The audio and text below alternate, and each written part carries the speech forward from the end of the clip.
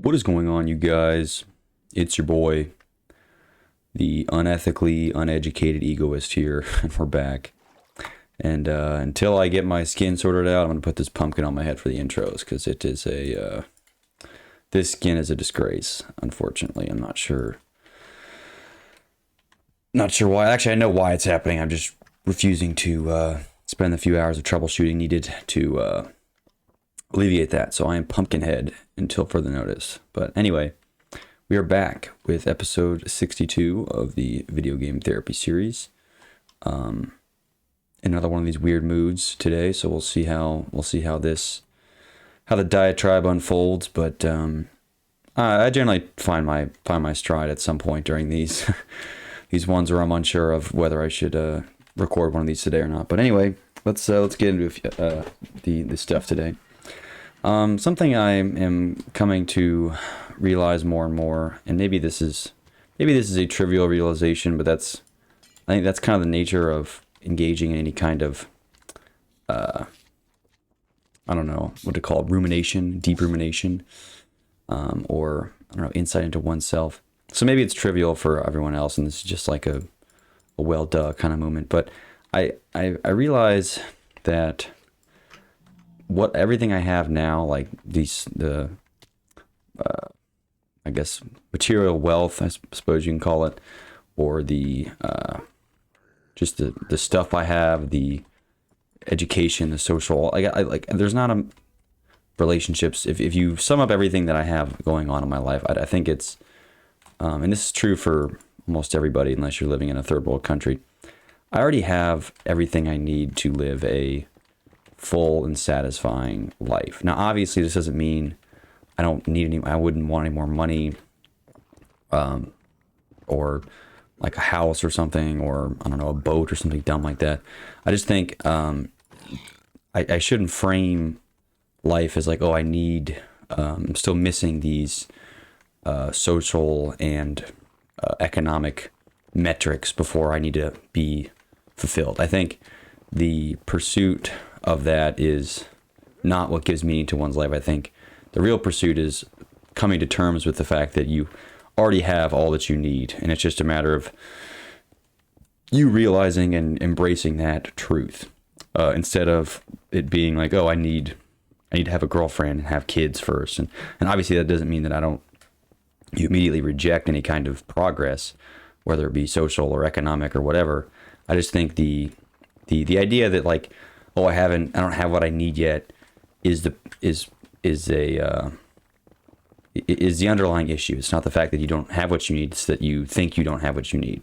So you already have, like, you have what you need already. You just need to come to terms with it.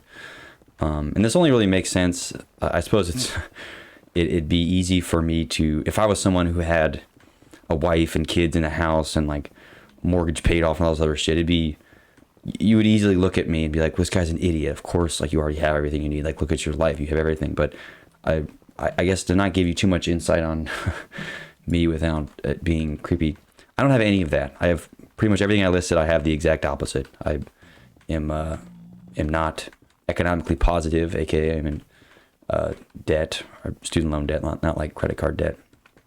No wife, no kids, no house. No, I don't really own anything, actually. I don't really have, besides a computer and a beat up old car, I don't really have any possessions. So it's not like, so you don't really have the argument of like, oh, this guy, obviously you have everything you need. I think right now I already have everything I need. It's not that I wouldn't ever need to replace my car, because I'm sure that I would. But the thinking that I'm missing out on like some amount of material wealth before I'm satisfied is stupid, and is a misnomer before, like hiding the actual issue in the sense that I need to come to terms with.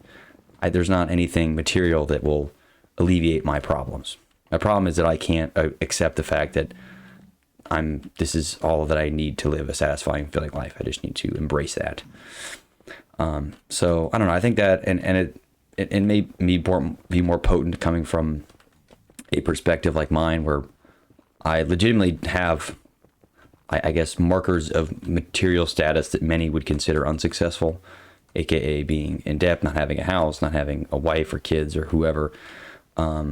But I still proclaim that I have everything I need to live a satisfying life, which is, I think what makes this a kind of more controversial take than maybe somebody who legitimately already has everything, who checks all the boxes. So, but I don't know. I still kind of believe that. I don't think a matter of me, chasing the progression of more money and more whatever is going to lead to any more fulfillment. I think the fulfillment only comes from me embracing and cherishing what I have already, which isn't much, but I think that's the healthier way to look at it, and perhaps the right way. I'm not sure. I don't know. I was thinking about that some because it seems that everybody wants to achieve.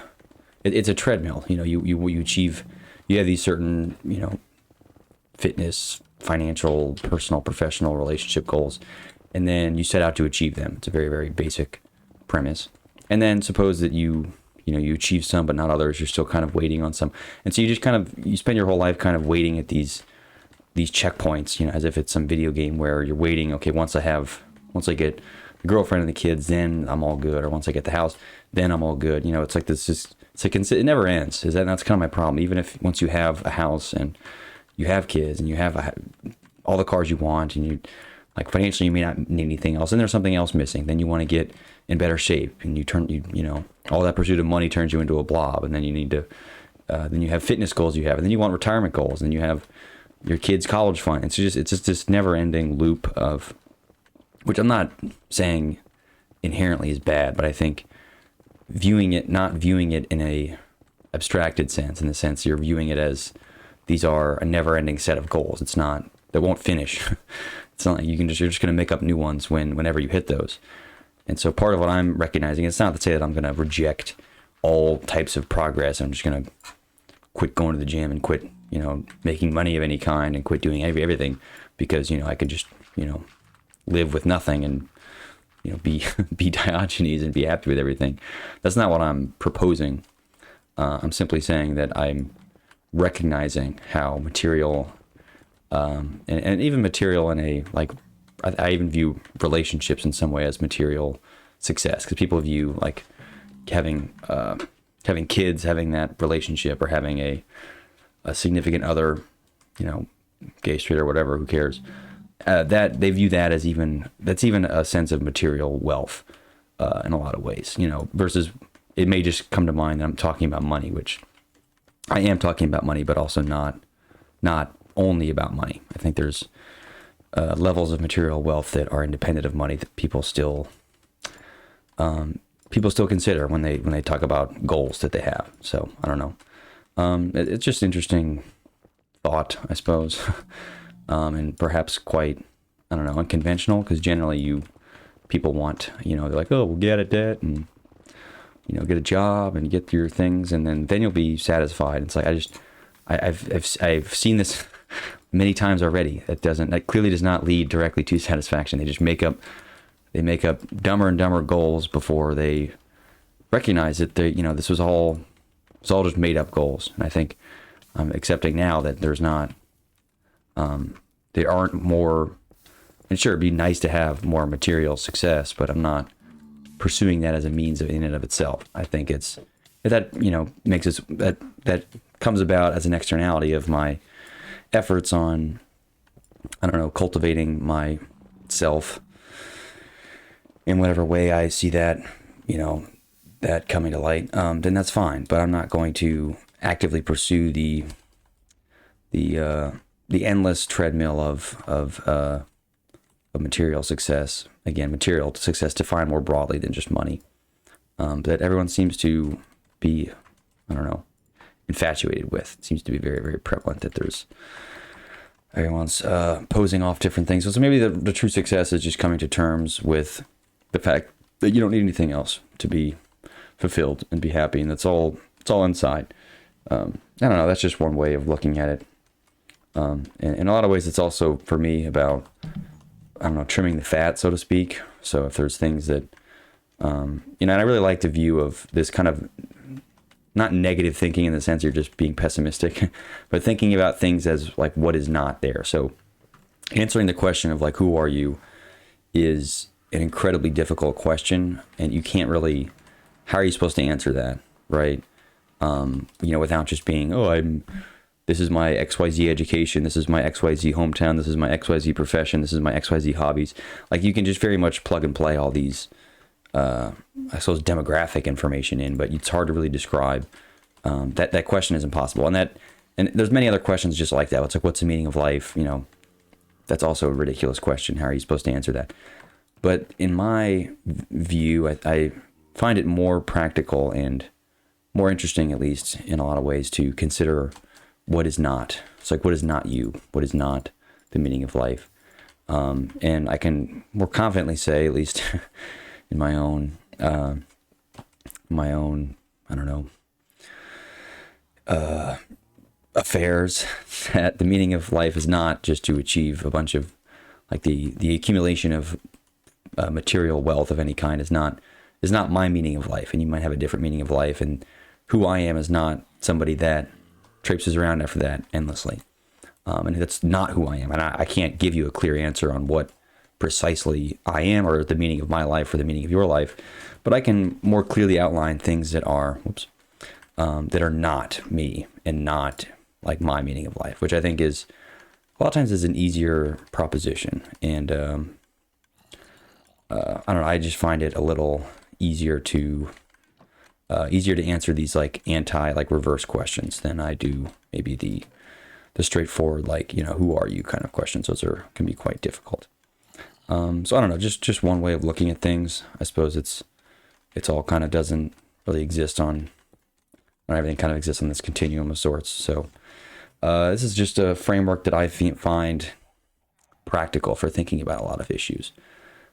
So I've kind of decided that I know that the pursuit of life should not be about these material trappings of those. So anyway, I don't know, the other rumination part that I think is valuable, and it's something that is kind of paradoxical and is, I don't know, frustrating to some extent, is the idea of like thinking about, and several philosophers have talked about this, and I'm not going to claim to be a philosopher of any kind, but the act of philosophy, and I'm just going to define that broadly as the questioning and the more meta awareness, of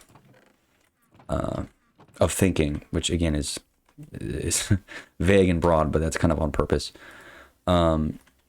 It doesn't really exist to make you happy. It's not like me thinking about the meaning of life and my purpose as this, like, oh, it's such a wonderful thing. I feel like that's so. It's like the issue with this romanticization of thinking about things. It's like as if you come to some solution that, I thought deeply about my life and my purpose, and I've come to this wonderful conclusion, and now I'm so happy. It's like, I think if you're truly doing philosophy correctly, and again, I'm kind of speaking out of my ass with that,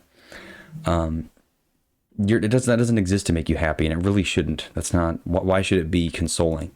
Why should it be the answer to your questions? I think part of, if you are thinking about things correctly, you don't get answers to your questions. Your questions just lead to infinitely more questions that lead to infinitely more frustration and thinking about it. So I guess the real practical way, if you want to really just be happy and whatever the hell that means to you, then just stop thinking about it, right? And just ignore it. But I find it that less of a, not that we're looking for utility here, but a less, that's not who I want to be. I don't want to be someone that just is happy through ignorance and through the rejection of thinking about oneself. So whether or not you want to call it philosophy, I don't really care. But this meta awareness, cognition, this questioning of who you are and what you're doing, I think doesn't make you happy, and it shouldn't. But that's also kind of the catharsis of it. I think if there's anything that is consoling about philosophy, which really isn't much, but it's the fact that this is genuine, and it's like, perhaps it's possible that it's what humans were meant to be doing, right? Because I think if you look at other animals, I think the main thing that separates humans, and again, we could itemize this list if we really wanted to, is the awareness. Like, we are aware that of our existence, and we're aware of other creatures beyond their functions in some sense, and we get, I don't know, we have a much more advanced sense of our surroundings, including our own beings. And I think the only caveat there is we don't understand our minds very well, and that's kind of the root of why fields like philosophy in some sense exist. And I'm sure if you're an academic and you want to nitpick over the words I'm using here, philosophy is the wrong word. But I don't care. I'm not being specific about the language I'm using here. I'm trying to be general. And I'm really just using it as a cover for just questioning stuff, right? I think that's, you could call it whatever the hell you want, but I'm not a semantics. I don't care about the semantics. I'm here for the meat of, questioning. So, now the act of consciousness is maybe perhaps the most human thing that there is. Because I was thinking about this. Hang on, I'm gonna take a drink here for a second. I was thinking about this very difficult. I think it's actually a technical question, and not really. I mean, there's a practical aspect to it, but it's ultimately a very technical question. How do you validate a human? Now, obviously, like, we're familiar with like CAPTCHAs and stuff on websites and stuff, but suppose I wanted a way of remotely assuring that who I'm interacting with, and I guess we can just use the web interface as our medium of exchange here, because it's a more difficult question. Like, if it's something, if it's a human, if it's an in-person human, we can still validate that because we could just cut them open, because we're not able to replicate human flesh yet. So it'd be pretty easy to validate if it's a human that's sitting in front of me. But what if it's like somebody on the other side of, I suppose the Turing test, if you will? How do we validate humanity? And it's a very difficult technical question there, because there's CAPTCHAs obviously by picking off images, but those are going to be, if they're not void already, they're going to be void pretty soon, because those things aren't. We already have large language models that can pick out images, and also just even doing sentiment analysis. Because that was my other kind of thought, was that, what if we use some kind of emotional emotional block or something, like our ability to perceive and sense emotion as what makes us different, because cows and stuff can't do that, and for a while computers really couldn't do that, beyond very, very simple, like, kind of fake emulations, but now that computers in a lot of ways are able to do that, and with pretty good accuracy, with sentiment analysis and just using big data, really, that's all large language models are. It kind of brings in other questions on how to verify humans. It's like, I was thinking of, is a game, are games a way to do that? But we have to assume we can't assume that everybody, is a chess grandmaster or something and can, like, beat a computer at chess. But is there some kind of game or some way of technically verifying that this is a human? But it needs to be it can't be programmable, in the sense that a computer can't defeat it trivially. But at the same time, it needs to be trivial for a human, right? Like a CAPTCHA. And for a while, a CAPTCHA's like satisfied this problem, because computers could not do them. And then we were obviously really good at it because it's easy. And there's also, it doesn't require any knowledge. You don't have to have this abstract knowledge of calculus or something to do a CAPTCHA. It's simple. It's like, pick the duck out of the picture, and you can look at it and see that there's a duck. It's pretty easy. But see, now it's getting more difficult, because the language models are able to see ducks, and again, and not necessarily they can't see it themselves. Again, I'm talking about they're able to fool us into thinking they can see the duck, but it's really just a statistics application, right? It's the usage of big data to generalize our behavior, but it's successful enough in the sense that it can break a lot of CAPTCHAs. There's open source repos now that can do CAPTCHAs for you, because a lot of like Tor users and stuff get caught in CAPTCHA hell. So it is a technically, like, a technical problem that people are working on, but it's a very interesting problem, especially just on a philosophical level, because then, if we can use large language models and the other, other deep learning applications to model human behavior very, very accurately, it then kind of calls into question what humanity is. And I think part of what might be the answer is this self-awareness. I think LLMs are not, they can regurgitate, oh, I'm self-aware, but they can't truly be self-aware of themselves without, calling upon, because they're really not. They're not. If you look at the architecture of our current AI systems, they're not self-aware. But I guess the two parts of that are like, one, is there what makes us self-aware to begin with, which I think is a deeper problem of consciousness that we can't answer. But also, what is there a way that we'd be able to replicate that? And not necessarily just within technical systems. I just mean with even just some kind of CAPTCHA. How do we reinvent CAPTCHAs to test for self-awareness without getting fooled by computers telling us it's self-aware? Also without identifying yourself, because I suppose the one way to do it is just be, we're just going to implement a universal ID system, and you have to scan your government ID. Which, again, I'm trying to be privacy conscious with my thinking about the CAPTCHAs here, because obviously that would easily be ruined. Like that implementation would be horrible, because you'd be giving you can't do this in a way that identifies who the human is. Not to mention you could just make a fake identity and you use that as your validation. But even so, it has to be an anonymous way of validating a human. So the human obviously we can't suppose that they're intelligent in any way, meaning we can't intelligence beyond like their level of self-awareness. In the same way that we can't, like, anyone can solve a CAPTCHA, so we can't really make it to where it's this like deeply technical, difficult thing that only a human can do.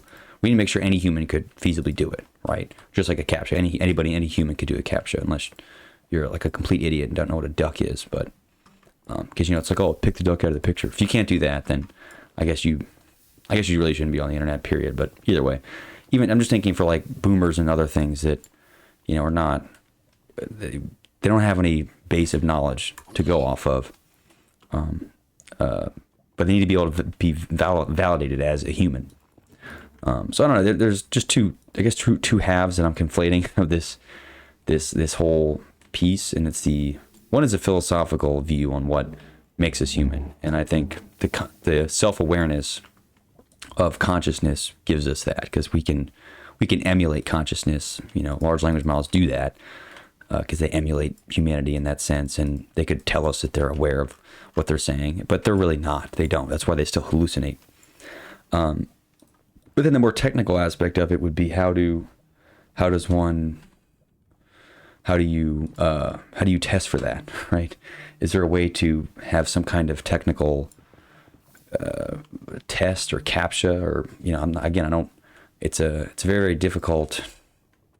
It's an interesting technical question. I think the answer certainly isn't trivial. I don't think it's like, oh, we just have them play a game of chess and we can tell whether or not it's human or not, because I think that's still a cat and mouse game. And obviously the answer now is just more advanced CAPTCHAs that LLMs are bad at, especially the ones that use like the pictures. But even then, at a certain point, the scale will catch up to us, and we won't be able to just make more and more advanced CAPTCHAs without at least barring off a certain number of users who can't pick the duck out of the picture, so to speak. But even those that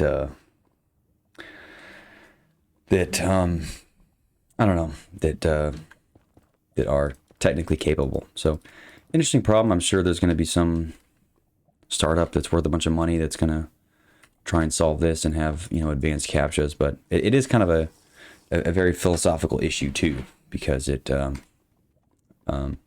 does get you thinking about what really it truly means to be a human in some sense. And I think self-awareness of consciousness is the big piece there. Because I kind of crossed off emotion. Maybe I did prematurely, but even so, I did, because it's really hard to say what that is. And because it is so tied to our chemicals, like we have drugs we know that can manipulate emotion. We have antidepressants, and we know that those affect emotion. And I think at some point it becomes just a very, very complicated chemistry problem. And I'm sure pharmaceutical people see it that way already, right? Everything's a chemical imbalance or a chemical something. And so that's why I don't think emotion itself is a human trait, because also animals, in a lot of ways, have these same, chemical responses to things. So I don't think it's fair to just say that to a T that emotion is, human, because I'm not, people, there are very valid arguments to be had about why cows and stuff can feel pain. So that's why I kind of crossed off emotion as like this uniquely human thing, which is kind of sad, I suppose, to conclude that, emotions aren't a uniquely human thing. And maybe it's sad to conclude later on that consciousness is not a uniquely human thing. Or I'm sorry, not consciousness itself, awareness of consciousness, because those are two very, very different things. I think, like, obviously no one would have a problem saying that a cow is conscious. Obviously it is, but it's not perhaps self-aware of its consciousness, at least in a way that we can understand it, because it doesn't have the ability of language. Maybe cows are secretly spending all day philosophizing about their own existence and the dreadfulness, but you would think at that point that they would, they'd have reasoning ability beyond just like eating grass and stuff. It's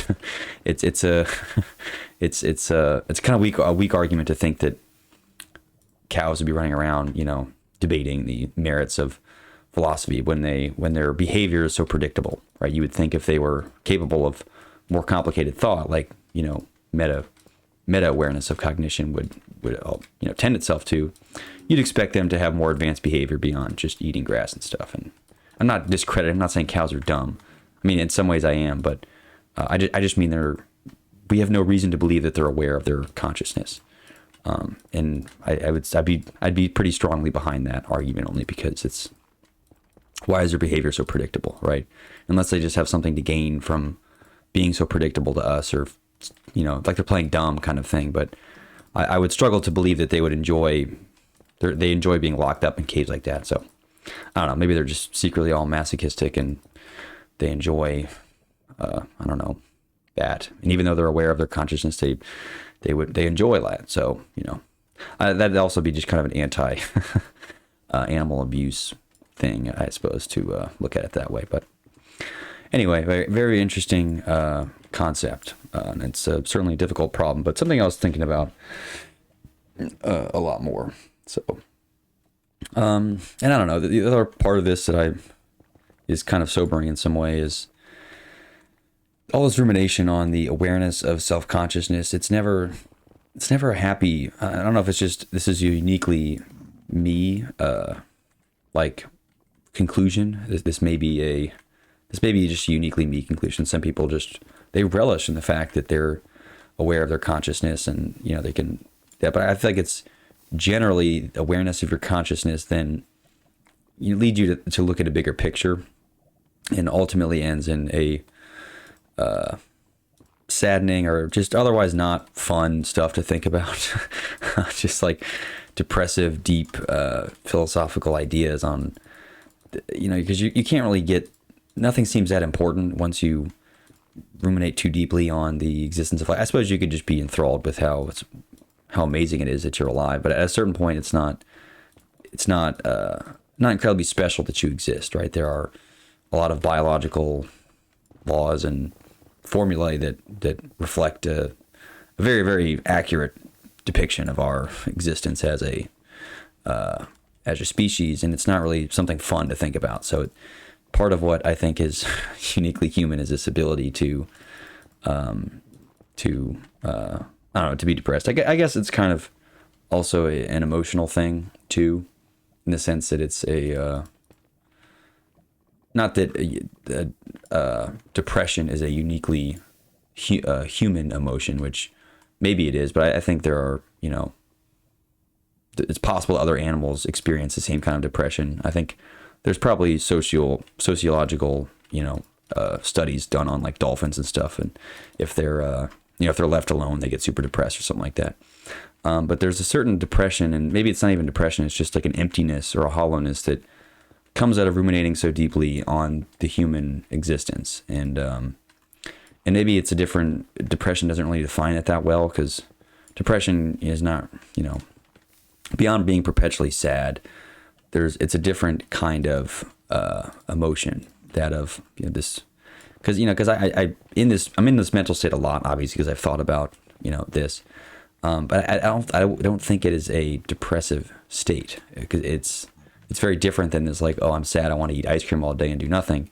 It's a different, and I'm not saying, obviously I'm generalizing depression, but I think there is a emotional response to philosophical rumination that is perhaps uniquely human, in the same way that our awareness of consciousness is also uniquely human.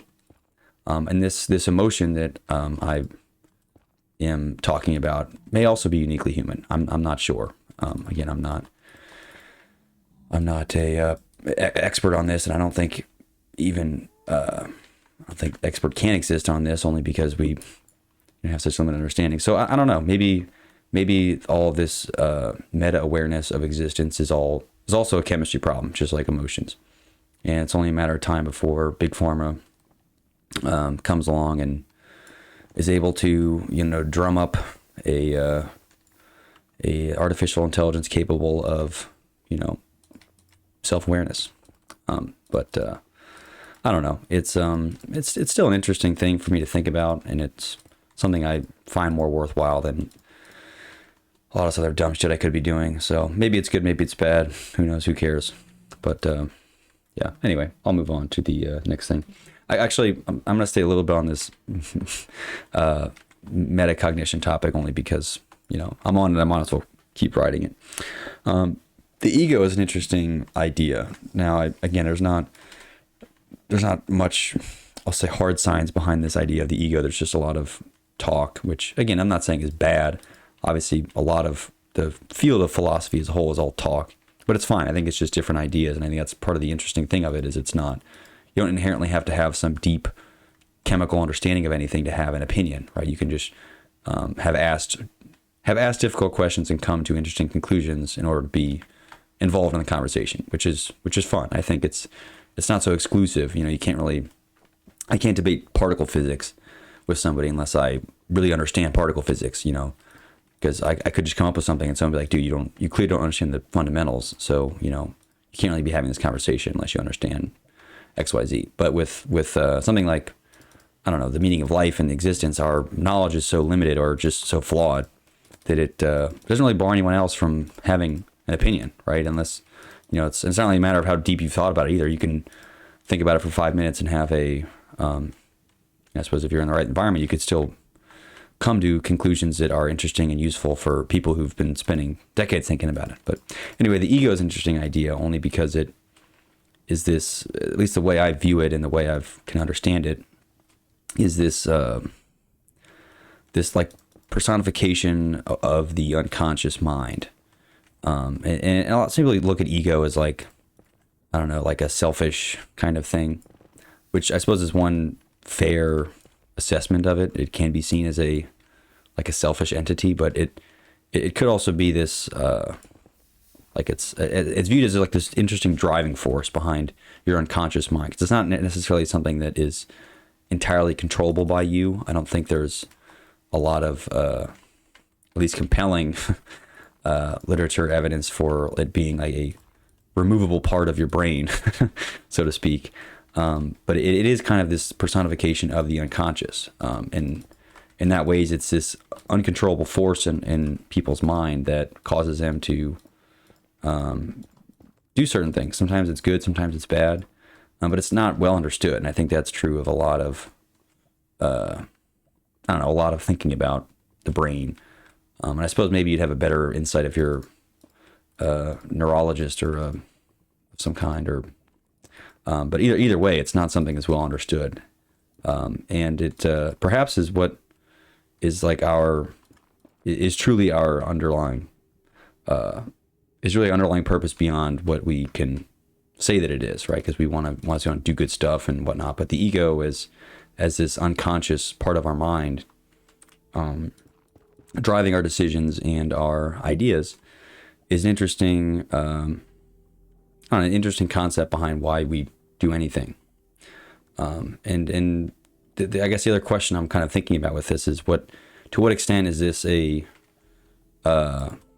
should we tend an ear to the ego, right? Should be largely ignored? Do our unconscious thoughts and biases, should they just be wholeheartedly dismissed as an unconscious? Because what if unconscious things that are driving your behavior are evil, right? I suppose if you're, and again, evil of you as you've defined. I'm not going to say that there's a holistically good, or I'm not going to say that good and bad aren't inherently just artificial constructs, but for this sake of argument, we can say that they are. So to what extent do you ignore the ego and kind of go against an unconscious desire to do something? And to what extent do you even know that you are doing that, right? I suppose if you could in your conscious mind believe that what you're doing is good and whole, but you don't really have awareness of your unconscious mind beneath that. So you don't really know your ego beyond, I suppose, again, I'm not really sure how to do. It's not really well defined in my own talkings here, so it's kind of difficult to nail it down, at all. But either way, I don't think anybody knows their ego well enough or is in tune with that to be able to make judgments based off of it. I think they're either driven by it unconsciously, and then they're kind of at the whims of their ego regardless. I think that's it. You're driven unconsciously by your ego, unbeknownst to you, and whether or not that is a good or bad thing, I guess it kind of depends on who you're, what the results of your actions and things are. So I don't know. The ego itself is a very interesting concept. Carl Jung obviously had his own beliefs on the shadow self, and I have one of his books teed up. I'm gonna read it eventually, and maybe I'll have more to talk about it then, because he seemed to have been someone who thought about it a lot. But I also think things I don't need to be an expert subject matter to be able to think about the ego. And sure, it might help if Jung defines things better for me to think about it. But in certain ways, I don't want to cloud my thinking and judgment with his assertions, and then I ultimately just am regurgitating stuff that he says. So that's part of why I'm kind of trying to bring up. Even though I know that literature exists on these subjects, I don't want to have to read all of Carl Jung's books to then have an opinion on an ego when I know that I don't need to understand particle physics in order to talk about the unconscious. I can spend some time thinking about it, and maybe it would be helpful to define my own terms, but then it'd be a translation issue between myself and Jung. But either way, I still think it's useful to think about things independently of these quote-unquote experts who have written on the matter or spoke at lengths about it, because it doesn't really require any underlying mathematical reasoning. Maybe the only thing it does require is an agreement on semantics of terms. Because maybe the way I'm talking about the ego here is not the way that it should be framed, again, according to others. But of course, to me, if I'm talking about it with myself, it doesn't matter how I define it. I can define it however I want. And so, I don't know. It's a very interesting concept, but the idea that we may all be just guided unconsciously in our behaviors is not one that I dismiss outright. I think we want to believe that we're very much capable of our own free will. In a lot of ways, it's not so black and white, I think.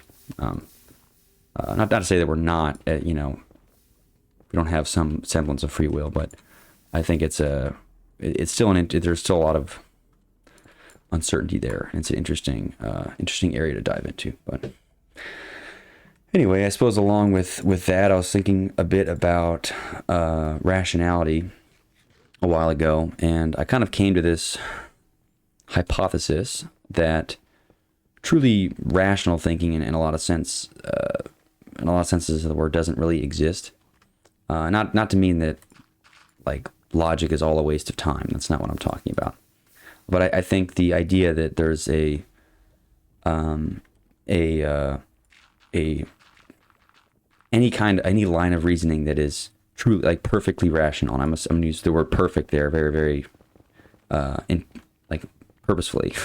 I'm using the word perfect there, not saying that there's a really good or strong. I mean perfect rationally, perfectly rational thought. And I suppose the one rebuttal to this is that well, what about math? Math is a perfectly rational field. I will say yes, but math is not real. That sounds ridiculous. Math is an abstraction of our already, like, our existing language and our existing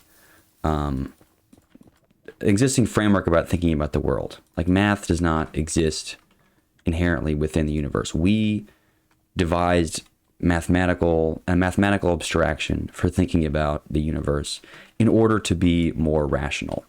So I would argue that yes, while mathematics in our language is a perfectly rational mode of reasoning, that is because it has been designed as such, but it doesn't really exist. So 2 apples plus 2 apples is 4 apples. That the mathematical abstraction of these apples only exists because we have defined an abstraction, math, the ability to count objects and to add them and to subtract them and to use all of our mathematical operations. Those don't really exist beyond our abstraction of math, which I realize is a very, very, it's a kind of a ridiculous conclusion. I'm here, who the hell am I to say that math doesn't exist? And sure, while it might exist practically in our everyday lives, and you could say, well, I do my accounting, that means, math's got to exist. I mean in a universal philosophical sense that math doesn't exist. It is a humanly created thing, and I suppose at that sense, that you could say that nothing exists really, that it's all constructed within our minds. But I even mean in our material world, there's not. Math is an abstraction of our. Is an abstraction. It's not a real thing. It is an abstraction we have used to very cleverly define and be able to better interact and understand our world. So I'm not saying that you should never, like, math is dumb or useless. I don't think it's useless. I'm just saying it doesn't exist in the same sense that we might say that. And I suppose at that point, language doesn't really exist because everything is an abstraction on something. Like me calling it an apple to begin with is an abstraction because it. We can define it as a set of properties, or we can define it as an apple, but we've collectively decided to define it as an apple. So I suppose really nothing exists if we say math doesn't exist. But even so, I think this idea of a perfectly rational thinking, especially by fallible humans, is on the same level of ridiculousness as rational thought existing in the first place. I think it just doesn't really exist. Because I suppose this brings me to science, and I have more to say on the whole rationality argument, but I want to briefly touch on this kind of scientific argument. So the premise of science, and again, I'm going to use a broad general definition of science. I'm not going to get very specific. I'm not going to pull out the semantics of it because language is inherently imperfect. But your perception of science, its intention is built on that of skepticality. I am skeptical of the world around me. I'm going to ask questions. I'm going to make up a answer, which is what a hypothesis is, and then I'm going to try and devise some kind of test to either support or deny that, to either go for or against my made-up solution, which is my hypothesis. So science is built on skepticality. And it just seems strange to me that, one, it's being skeptical of quote-unquote scientific advances or scientific theories or scientific anything seems to be so frowned upon, right? But isn't the whole basis of science is that it's built off of skepticism? And knowing that humans are infallible, we need continual evidence and assurance that our made-up answers, aka our hypotheses, are accurate. So we continually be skeptical of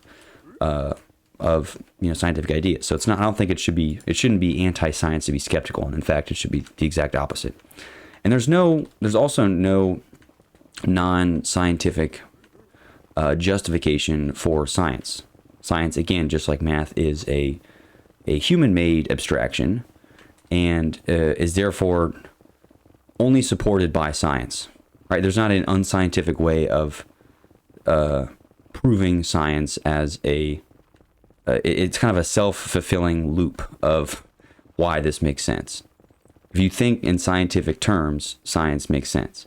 But if you refuse the basis of science in that you're skeptical, you ask questions, and you test to affirm or deny certain propositions you've put forward, then science itself kind of becomes, it doesn't really mean anything. Because again, if you reject it, then if you reject it at its core, it doesn't really exist in that sense. So it's kind of a weird thing. And the other thing I want to mention about science in itself is that the reason we design these, like, we're going to test our hypothesis and we're going to do all this, is because we know that humans are hilariously fallible. Can devise ridiculously concocted lies about the universe in order to describe our happenings, but we have created science in order to be, whether it was intentful or not, to be more thorough in our investigation or in our theories about the world. But they're still very, very much fallible, and the tests we devise are fallible, and the replication of those tests are also fallible. And the basis of science being useful is that these are continually tested and retested, and the tests are tested, meaning like the robustness of a test is tested for its robustness. There's like a very, very circular and very granular and an exhaustive approach to science, especially given that it's on the basis that we are skeptical of this conclusion. We are skeptical of this process. It's not like, the idea that science has answers is stupid. Science does not have answers. Science is a pile of evidence either for or against certain things. And sure, if you want to call that an answer, be my guest. But you're not being very scientific if you just call it, oh, science has answered this question saying this. No, science does. That's not what science is. You're being inherently anti-scientific in saying that science has answered anything. Science doesn't provide answers. It provides evidence for or against a hypothesis, which a hypothesis is just a made-up solution. We just made it up. We go, okay, this makes sense.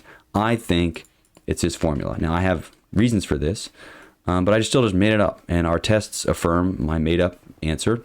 And sure, I might refine my made-up answer to be a little bit, so it fits with the test a little more. But even so, it's not like I didn't prove anything. It's like, even just with the word proving is kind of a hilariously anti-scientific word to use, right? I proved it. It's like science. It's all about compiling evidence for or against hypothesis or things that you just made up.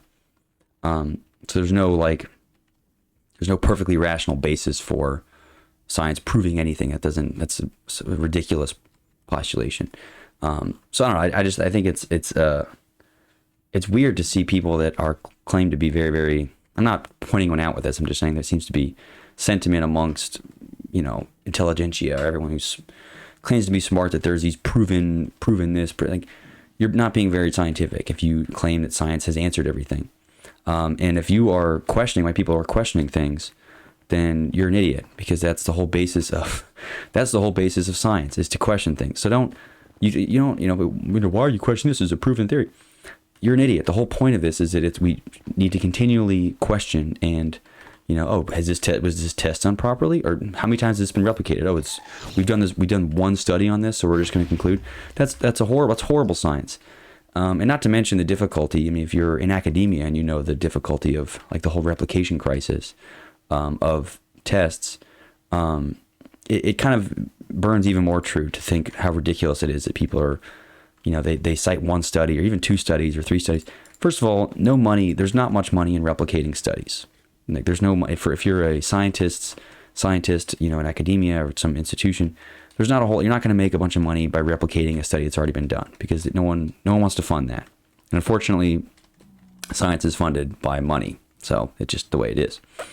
So no one's spending money replicating studies. So a lot of studies are done once, and then they're locked behind a paywall, and you can't even read the results if you wanted to, unless you are another scientist who's not going to replicate the study. Even if you do replicate the study, suppose that the testing methods were dumb. So, but the thing is, if you're a scientist, you're biased, because you obviously you wouldn't want to waste your time studying something you don't think exists. So suppose you are studying some new chemical, you're going to try and find as much evidence as possible this thing exists, and especially if it's centered around collecting data and using data to support something. There are a lot of ways you can be unsavory or, what many would call unscientific with your data to support a hypothesis that you're looking for, because, you're getting paid to find something interesting, not to be like, oh, well, there's nothing here, sorry. And of course, obviously you would hope that a good scientist would be like, oh yeah, we found nothing, sorry. But many don't like that. Like, it's not a satisfying conclusion. And because we're irrational, infallible, emotional animals running around, we want to find answers for stuff. And so we have to sometimes make them up. And given the fact that some of these studies are never replicated ever again, it's even worse. So some biased person is being incentivized financially to find something interesting, might have found something interesting, maybe not. He hides it behind flowery, difficult language for a study that's never going to be replicated ever. And we're just going to, someone's going to put that in a Times article, and all of a sudden everyone, thinks that chocolate's going to, dark chocolate's going to cure all your diseases or something. What a ridiculous idea. And again, I'm not saying that there's zero chance that there's maybe antioxidants in chocolate that's going to help you with heart disease or something, but to use it as if it's some proven, we prove that dark chocolate will, you'll never get heart disease if you eat dark chocolate. What an idiot. I can't, but how are you so certain? What are you talking about? It's just, the whole basis of science is built on uncertainty. And my skepticism is met with anger. Like, what the whole point is to be skeptical. Why are you angry at me? I'm the one asking questions still. That's the whole point. So even of more established scientific things, I still remain skeptical, because I think if we're going to be about science, then we need to be about science. And isn't that the whole point, is to be skeptical and to not be certain? I don't know. It just seems very, very strange that all of a sudden people got so certain about science when the entirety of science is built on uncertainty. So the hell are you talking about? You got, these proven answers. It's like, it's evidence for or against, again, a made up theory that someone made up. And again, maybe it's very strong evidence, sure, but there's no answers there still. The question is still in the air. That's the whole premise of it. But I don't know, there's a more deep discussion on when it becomes practical to stop, asking questions. But I don't know, as someone who likes asking questions and finds,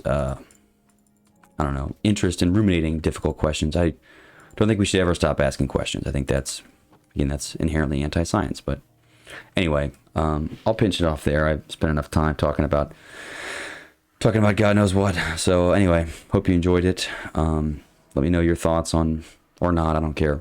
But anyway, thanks for watching, and I will see you next time. Peace out.